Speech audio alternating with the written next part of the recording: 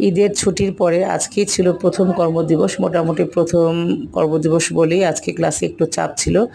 তো যাই হোক 11:30টার দিকে ক্লাস শেষ করে কোনো রকমে নাস্তাটা করলাম। নাস্তা করে হাফ ইয়ারলির প্রশ্ন তৈরি করতে বসলাম, কারণ প্রশ্নটা আমাকে আগামীকালই জমা দিতে হবে। হাফ ইয়ারলির প্রশ্ন করা শেষ করে কিছু ক্লাস ওয়ার্ক কপি ছিল, হোমওয়ার্ক কপি ছিল, সেই কপিগুলো চেক করলাম। এগুলো চেক করতে করতে কখন যে 4টা বেজে গিয়েছে আসলে টেরই পাইনি। তো যাই হোক, তারপরে হঠাৎ দেখি আমার প্রচণ্ড ক্ষুধা লেগে গিয়েছে। তো ক্ষুধা যেহেতু লেগে গিয়েছে আর আমার ক্ষুধা লাগলে আমার হচ্ছে মাথা ঘোরায়।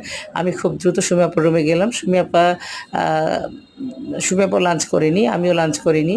আর যেহেতু অনেকটা সময় হয়ে গিয়েছে, তো সুমি আপার কাজ শেষ করে সুমি আপা আমি দুজনে মিলে জুরাইন কাউসার হোটেলে চলে গেলাম। যেহেতু পেটে প্রচণ্ড ক্ষুধা, আর আমরা সময় সুযোগ পেলেই কিন্তু দুজন মিলে কাউসার হোটেলে গিয়ে খাওয়া দাওয়া করি। আসলে কাউসার হোটেলে যাওয়ার জন্য আমাদের কোনো অকেশন লাগে না, সুযোগ পেলেই আমরা দুজনে চলে যাই, কারণ কাউসার হোটেলের খাবার এত মজা, যে একবার খেয়েছে সে বারবার খাবে। তো অনেকদিন ধরেই সুযোগ খুঁজছিলাম, সুমি আপার সাথে আমার খাওয়া হচ্ছিল না অনেকদিন ধরে। তো আজকে যেহেতু আমার প্রচণ্ড ক্ষুধা লেগেছে, তো আমি তাকে জোর করে ধরে নিয়ে গেলাম জুরাইন কাউসার হোটেলে।